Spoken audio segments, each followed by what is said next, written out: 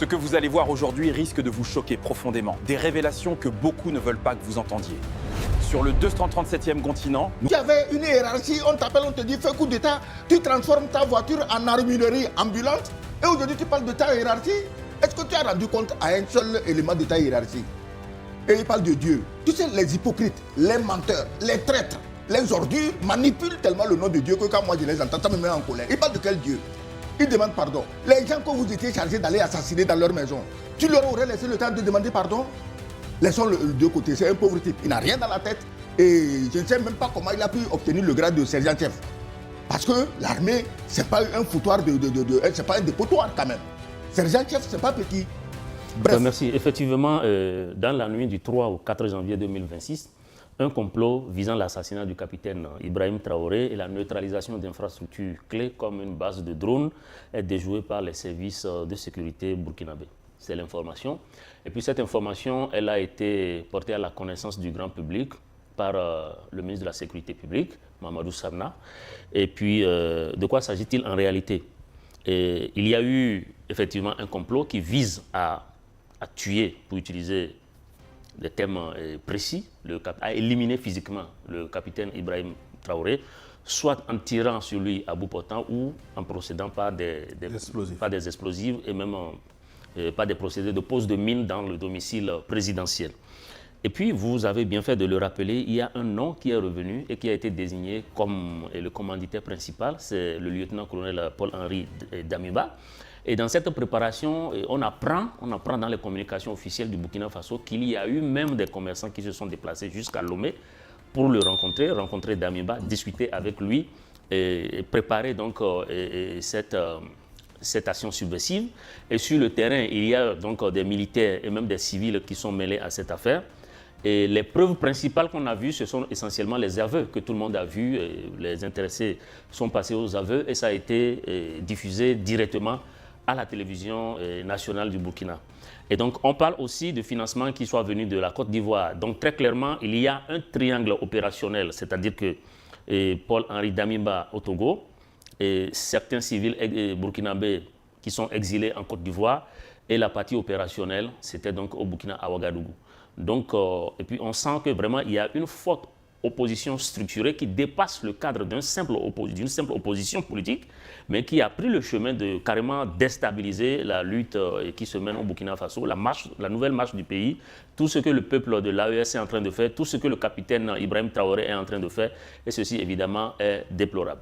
Comme vous l'avez souligné, les aveux diffusés par la télévision nationale burkinabé pointe une organisation méticuleuse, financement occulte, recrutement de commandos et sabotage technologique. Je vous propose même, avant de faire réagir son Excellence Ogoyou Kegewe, de suivre les aveux du sergent-chef Salfo Yaloué Ougo. C'est juste un échantillon, nous revenons au débat. Je suis le sergent Yaloué Salfo, matricule 12 180 10 463, en service à la garde républicaine, plus précisément au bataillon d'appui de protection des sites 2.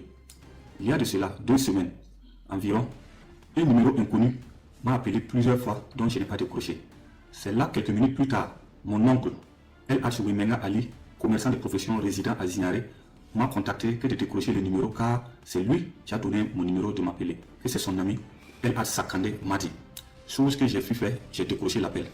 El Sakande m'a dit, m'a fait savoir qu'il veut me voir très urgemment, qu'on peut se voir à quelle heure. J'ai dit ok, je vais vous communiquer. Mais 3 jours plus tard, que connexion fut établie. Et ça a été au terrain de la Perle à Ouara 2000, côté est du terrain. Arrivé, il m'a salué et il a appelé un numéro, mais passé. Et la personne a commencé à me parler à ces termes. Ça va? J'ai dit ça va. Et à Ouagadougou, j'ai dit tout va bien. Il y a quelle nouvelle là-bas? J'ai dit tout va bien. Tu sais c'est qui? J'ai dit ah vraiment je ne vois pas c'est qui. Et, ah bon? Ok. Que c'est le lieutenant-colonel Paul-Henri Sandaogo Damiba au téléphone. Chose que j'ai dit ah ok. Tous mes respects. Il dit bon, et après, on va causer avec toi. Et notre communication s'est arrêtée là-bas ce jour. 2 à 3 jours plus tard, El Had Sakande m'a recontacté que le lieutenant-colonel Paul-Henri Sandaogo souhaite me parler. Mais je peux passer tout de suite. J'ai dit, vous êtes à quel niveau? Il m'a donné l'aliment qui était à son bureau. Chose qui fait, j'ai été. Et il a appelé le lieutenant-colonel Paul-Henri Sandaogo me passer. C'est là, le lieutenant-colonel Paul-Henri Sandoro m'a fait savoir qu'il est soldat comme nous, comme moi, et il sait que ce n'est pas simple. Mais tu ne demandes pas, mais j'ai une commission pour toi. Que la commission sera disponible soit demain ou après-demain avec El Hadj Sakandé Madi que tu pourras passer récupérer. Chose que je l'ai remercié pour l'acte qu'il venait de faire. Et qu'il a précisé également que El Hadj Sakandé Madi va préciser des choses, des trucs. Après notre échange, il a coupé. C'est là El Hadj Sakandé Madi m'a fait savoir de façon claire que c'est un projet de coup d'État. Mais il s'attend de moi de mobiliser des hommes pour la réussite du coup d'État. Chose que j'ai attissée sans rien dire. Et on s'est quitté sur ça. Le deuxième jour que je devais récupérer mon colis, j'ai appelé El Hadj Sakandé Madi. Il m'a fait savoir qu'il est en déplacement. Que dès qu'il rentre, c'est là on est resté comme ça. Et à son retour de son déplacement, c'est l'oncle Wimenga Ali, commerçant et de profession résident à Signaré, qui m'a contacté que de rentrer en contact avec El Hadj Sakandé Madi, qui est de retour pour prendre ma commission. Je tiens à préciser que quand j'ai eu les détails clairs du rôle que je dois jouer, qui est un projet de déstabilisation, je me suis mis à travailler en me mettant en contact avec mes hommes que je fais plus confiance. Et c'est en ce moment, pendant l'absence de El Hadj Sakandé Madi hors pays, j'ai travaillé. Et je tiens à préciser que j'étais chef de piquet à la gare républicaine le 31 décembre. Le 31 décembre. Soit rendez-vous a été pris entre Lagui Sakandé et moi à 20h à Parlayiri à son bureau pour récupérer un colis. En partant pour récupérer le colis, j'ai été avec mon véhicule avec 2 PKMS et des munitions, beaucoup de munitions, 4 caissettes de munitions. Une fois sur les lieux, je devrais communiquer avec le lieutenant-colonel Paul-Henri Sandoro Damiba afin de rentrer en possession de mon colis et prendre les horaires de la rencontre. C'est quand j'attendais l'appel que j'ai été arrêté avec El Hadj Sakandé Madi à Parlayiri aux environs de 22h. Je présente mes sincères regrets, Son Excellence, chef suprême des armées, président du Faso, le peuple résilient du Burkina Faso. Je présente mes sincères regrets à ma hiérarchie et à la hiérarchie militaire. Je présente également mes sincères regrets à toutes les forces composantes de notre mère patrie. Je demande clémence et je tiens également à demander pardon à toutes les unités engagées sur des théâtres d'opération, jour et nuit, malgré les intempéries, malgré l'adversité, malgré que les combats sont aptes. Je demande clémence, que Dieu aide le Burkina Faso, que Dieu aide le Burkina Faso, que Dieu aide le Burkina Faso. Le Burkina Faso reste seul, unique et indivisible. Aucun mal intérieur ou extérieur ne pourra diviser notre cher pays qui est le Burkina Faso. Nous n'avons qu'un seul pays, le Burkina Faso. Et nous allons nous mettre autour de ce tissu afin que aucun mal ne puisse l'arriver. Les aveux du sergent-chef Salfo Yalouéougo, les images de la radio-télévision burkinabé.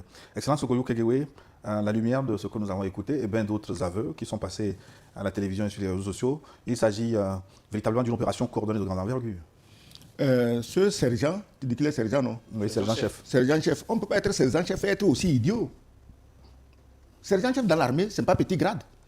Les sergents sont les gens opérationnels, les gens de terrain. C'est comme des sous-officiers, non? Pardon? Les sergents-chefs, ils sont au bas de... Oui, les officiers. Oui, mais tu ne peux pas être sergent-chef et être aussi bête-chef. Sergent-chef et bête-chef, ça ne va pas ensemble. Pourquoi je dis ça? Mais tu t'imagines, tu es chez toi. On t'appelle. Tu vas, on te passe le président, un ancien président de la République qui est le lieutenant-colonel. Donc tu connais la situation. Tu sais exactement qui il est. Mais si toi, sergent, est-ce que quand il était président, tu jouais aux cartes avec lui? Oui, mais non. Vous alliez à la pêche ensemble? Non, le problème, vous oubliez un détail. Il y a eu un intermédiaire qui Oui, est un parent oui. Le parent n'a pas grillé son cerveau, il a un cerveau. Tout à fait. Le parent n'a pas grillé son cerveau, il a un cerveau. Visiblement, c'est à cause du parent aujourd'hui, que le sergent-chef a été mis en conscience. Aujourd'hui, il dit, il demande pardon, il parle de sa hiérarchie. Mais, donc, il y avait une hiérarchie, on t'appelle, on te dit, fais coup d'état, tu transformes ta voiture en armurerie ambulante, et aujourd'hui, tu parles de ta hiérarchie. Est-ce que tu as rendu compte à un seul élément de ta hiérarchie? Et il parle de Dieu. Tu sais, les hypocrites, les menteurs, les traîtres, les ordures manipulent tellement le nom de Dieu que quand moi je les entends, ça me met en colère. Ils parlent de quel Dieu? Ils demandent pardon. Les gens que vous étiez chargés d'aller assassiner dans leur maison, tu leur aurais laissé le temps de demander pardon? Laissons le deux côtés. C'est un pauvre type. Il n'a rien dans la tête. Et je ne sais même pas comment il a pu obtenir le grade de sergent-chef. Parce que l'armée, ce n'est pas un foutoir c'est pas un dépotoir quand même. Sergent-chef, ce n'est pas petit. Bref. Merci d'avoir regardé. Cliquez vite sur nos autres vidéos et abonnez-vous maintenant au 237e continent. Ne ratez plus aucune révélation.